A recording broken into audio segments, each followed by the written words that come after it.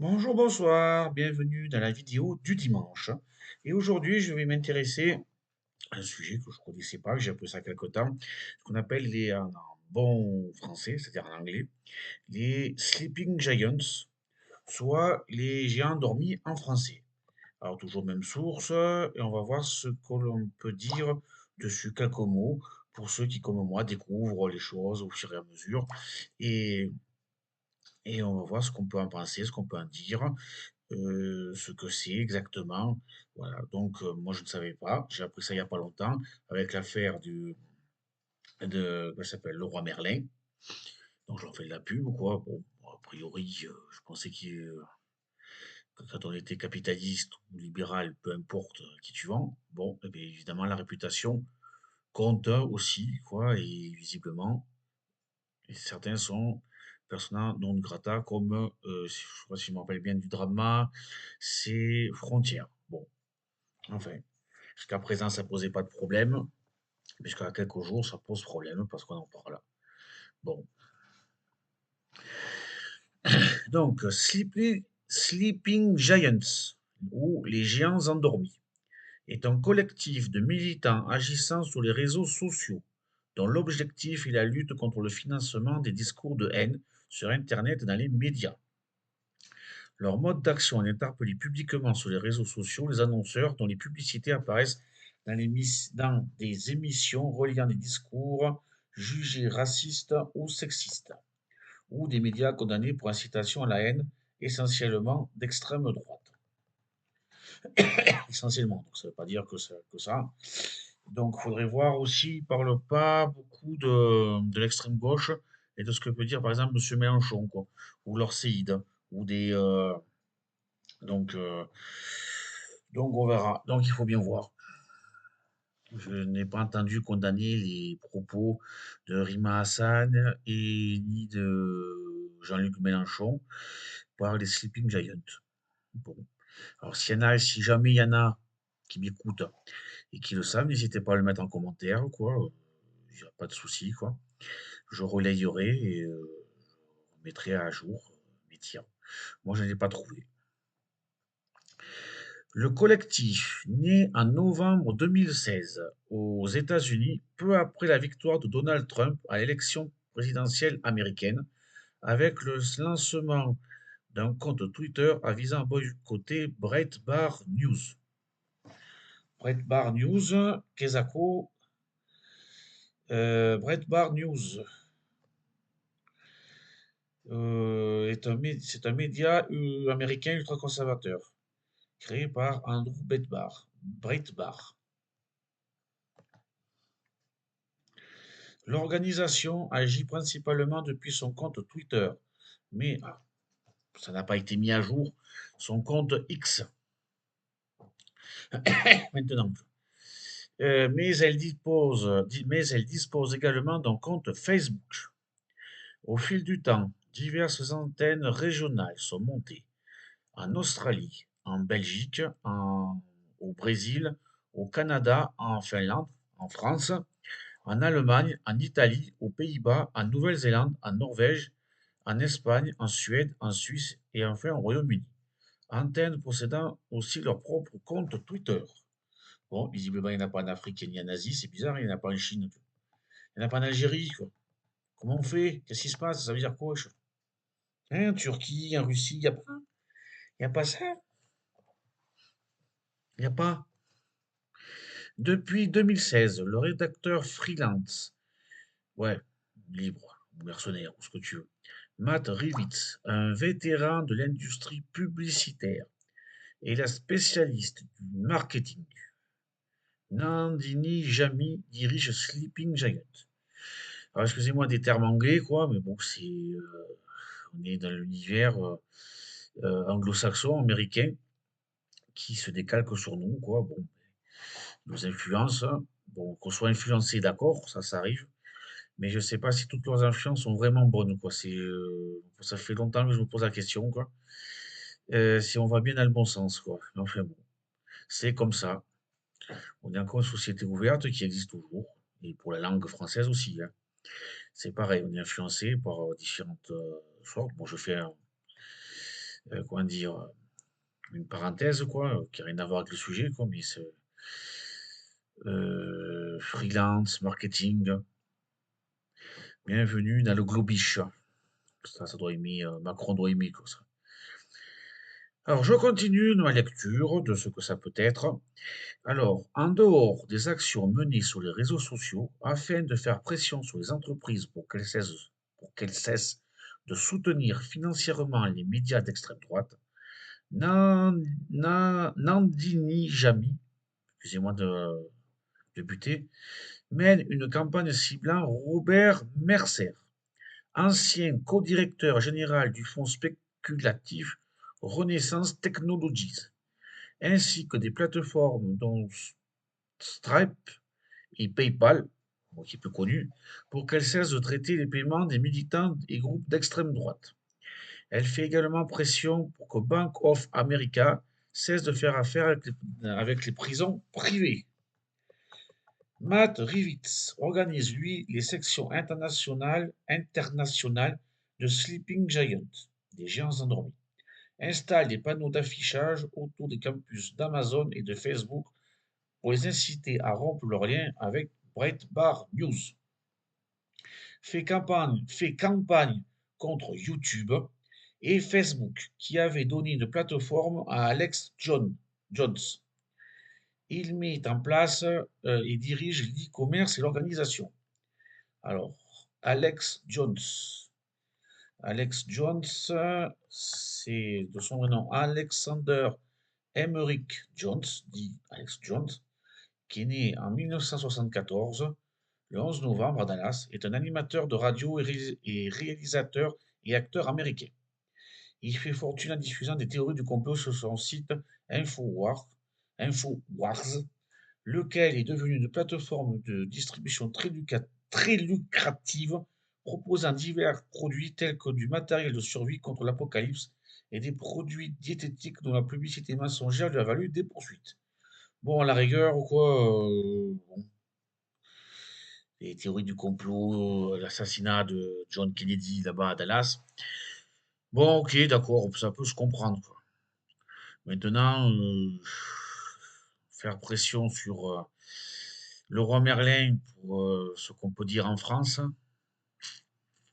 je sais pas si c'est vraiment d'extrême droite, tout ce qu'ils disent, quoi. Enfin bon, c'est jugé comme tel. L'identité de l'instigateur de Sleeping Giants reste inconnue jusqu'en juillet 2018, date où Matt Rivitz, ancien employé des sociétés TWA, Chat, Day et Goodbye, oui, avec un Y sans E, Silverstein and Partners, confirme qu'il est le fondateur du groupe après avoir été identifié par le média conservateur The Daily Caller en juillet 2020, en plein Covid. Nandini Jami quitte l'organisation, affirmant que Matt Rivitz a tenté de minimiser son rôle dans l'organisation. Oui, alors là aussi, si c'est vraiment vrai là, ce qu'il dit, aussi on peut toujours remettre en cause des sources. Ça y est, il commence à prendre la tête, l'autre, le Matt Rivitz. Ça, c'est pas bon, ça. Que tu sois de droite, de gauche, du centre, du milieu, que tu sois dans la vie de tous les jours, patron ou simple employé, pas bon, ça. Elle publie un article de blog après avoir quitté l'organisation intitulé Je quitte les Sleeping Giants, mais pas parce que je le veux, avec le sous-titre Comment mon cofondateur blanc m'a fait sortir du mouvement que nous avons construit ensemble. Ah, mais c'est bien, ils se tapent entre eux. Donc, c'est bien, le wokisme, tout ça. Et quelqu'un qui est censé lutter contre le racisme, c'est bien ça. C'est pas mal ça. C'est très intéressant ça. Quelqu'un qui donne des leçons de morale, qui soit accusé de racisme, qui lutte contre le racisme et fait preuve, alors, d'après les dires de la personne, fait preuve de racisme, quoi. C'est pas bien ça, c'est un peu contradictoire ça. Qu'est-ce qui se passe? C'est un business, parce que les États-Unis, qu'est-ce que c'est? C'est le pays du capitalisme. C'est le pays où on fait de l'argent sur tout n'importe quoi. Alors que peut-être c'est juste une question de pognon, quoi, qui veulent. Peut-être, hein, c'est une hypothèse que j'ai mise, quoi. C'est juste une hypothèse. Attention, je n'affirme rien. J'utilise bien le conditionnel, quoi. Questionné par BuzzFeed News, Matt Rivitz considère que pour le meilleur ou pour le pire, chaque organisation a besoin d'un leader et ce rôle d'un Sleeping Giants m'appartient, quel que soit son titre. Rivitz a ensuite rédigé des excuses publiques. Voilà. Bon, bah, il s'est excusé, ça va. Donc après, qu'est-ce que ça en est réellement 5 ans après les flics? Alors, on peut y mettre plusieurs campagnes. Donc, je vais citer l'exemple qui est mis là, le premier, comme à titre d'exemple. Et on verra. Et ça devrait être normal. Le collectif. Alors, Action contre Breitbart News. Le collectif, né en novembre 2016 aux États-Unis, peu après la victoire de Donald Trump à l'élection présidentielle de 2016, avec le lancement d'un compte Twitter visant à boycotter Breitbart News. Le premier message sur Twitter, bon, c'est toujours pas changé, cible la société de gestion financière Sophie ou SoFi, compagnie spécialisée dans la gestion financière.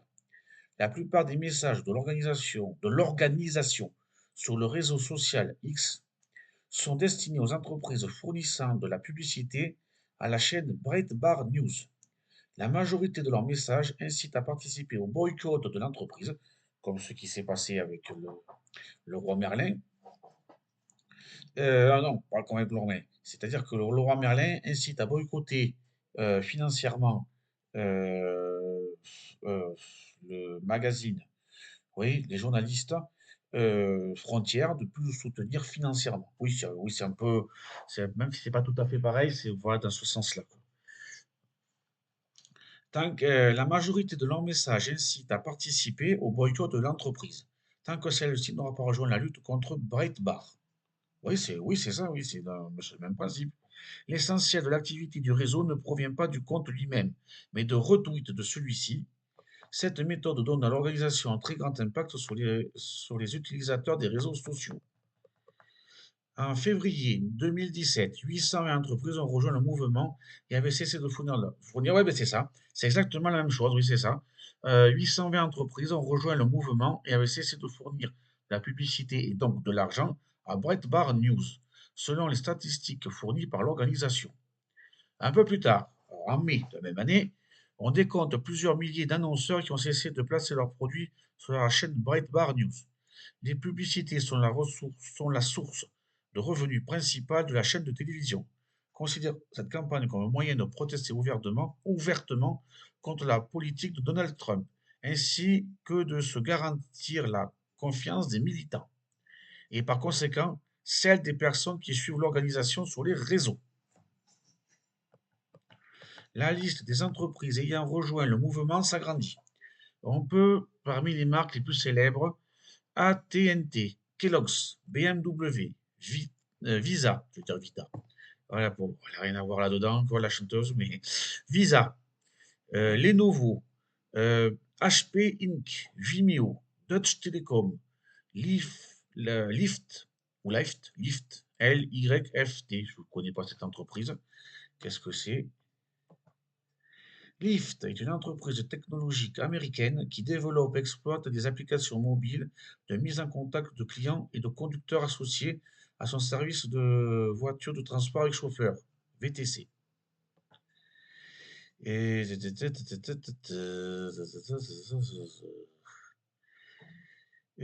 où est-ce que c'est? C'est là. Voilà. Allstat, Nest et Warby Parker, société spécialisée dans la vente de lunettes sur Internet. Le gouvernement canadien cesse également de fournir de la publicité à Breitbart News, après avoir estimé que son contenu n'est pas conforme au code de valeurs et d'éthique du gouvernement. La stratégie de Sleeping Giants consiste à faire pression sur les annonceurs en associant méthodes traditionnelles, manifestations, etc., et méthodes numériques, activisme en ligne. Oui, c'est bien ça, c'est bien ce qu'ils font en France, hein, c'est la même démarche, dans le but de recruter et de mobiliser une large population d'utilisateurs des réseaux sociaux. Ben oui, c'est maintenant les jeunes, moi je suis trop vieux, quoi, c'est juste un élément parmi tant d'autres. Ce qui est dommage, hein, c'est les réseaux sociaux sont un élément, mais c'est pas l'élément essentiel, quoi. C'est comme tout, ça a ses limites, hein, c'est une source. Et j'incite toujours les gens, ou conseiller aux gens que je connais autour de moi, de ne pas utiliser que Internet comme source, mais d'utiliser bon, les médias mainstream, même si on peut les critiquer. Je pense par exemple à Rémi de Juste Milieu, qui lui critique très fortement tout ce qui est toutes les chaînes, tous les médias traditionnels. C'est une source d'information. Mais aussi, lisez aussi les journaux, lisez aussi des livres, diversifiez vos sources, tout en restant critique à leurs sources. Hein, c'est ne pas croire bêtement à tout ce qui est. Et je rejoins un peu les zététiques quoi, là-dessus, quoi. C'est de douter de tout, mais voilà, c'est diversifier vos sources. Ce qui est un peu dommage avec les jeunes que je peux côtoyer autour de moi, quoi, les plus jeunes. Après, les jeunes, c'est pas les ados, c'est plutôt les 18, 20 ans, quoi, qui utilisent énormément Internet. Donc, lisez, diversifiez vos sources, essayez d'ouvrir votre esprit à d'autres horizons. Alors, selon Slate, la stratégie des Sleeping Giants est similaire à celle adoptée en 2014 par le mouvement Gamergate contre Gawker Media. En revanche, les Sleeping Giants n'ont pas réussi à convaincre trois des géants du web de prêter le moindre attention à ces campagnes. Facebook, Google, tout comme Amazon, n'ont jamais répondu à l'organisation qui souhaite que les deux premières sociétés interdisent globalement la diffusion de publicité à Breitbart et qu'Amazon y supprime sa publicité. La décision de Kellogg's de se joindre à l'initiative de Sleeping Giant provoque la colère de Breitbart News. Le média lance alors une campagne de boycott des produits Kellogg's en décembre 2016. Donc voilà ce qu'ils peuvent faire, c'est une méthode bon, pour leurs Américains, et on retrouve effectivement ici en France la même méthode de boycotter, donc de taper là où ça fait mal, à l'argent. Bon, mais visiblement tout le monde ne suit pas, surtout les plus gros d'après ce qu'on a vu. Je ne pense pas que Frontier soit vraiment en danger, bien qu'il soit enquiquiné, ça je suppose qu'il ne doit pas être très très content. Et j'ai cru comprendre que le roi Merlin s'est pris une volée sur Internet. Donc là aussi, ça va pas remettre bien en cause le roi Merlin. C'est quand même une très grosse entreprise française, bon, franco-française, pas très connue à l'étranger. Donc c'est dommage, c'est dommage, quoi. Bon, il lutte, au lieu de faire des débats d'idées contre débat d'idées, débats contradictoires, tout ça en vue de battre son adversaire, ou les gauchistes battre évidemment les FAF, et les FAF battre les ultras, les antifas, les terreaux, selon les dires de Monsieur Trump. Donc voilà ce qu'on pouvait dire. Si vous avez d'autres informations, des choses complémentaires, un avis, n'hésitez pas à le mettre en commentaire et n'hésitez pas à rajouter un pouce, s'il vous plaît. Merci pour tout et à la semaine prochaine. Au revoir.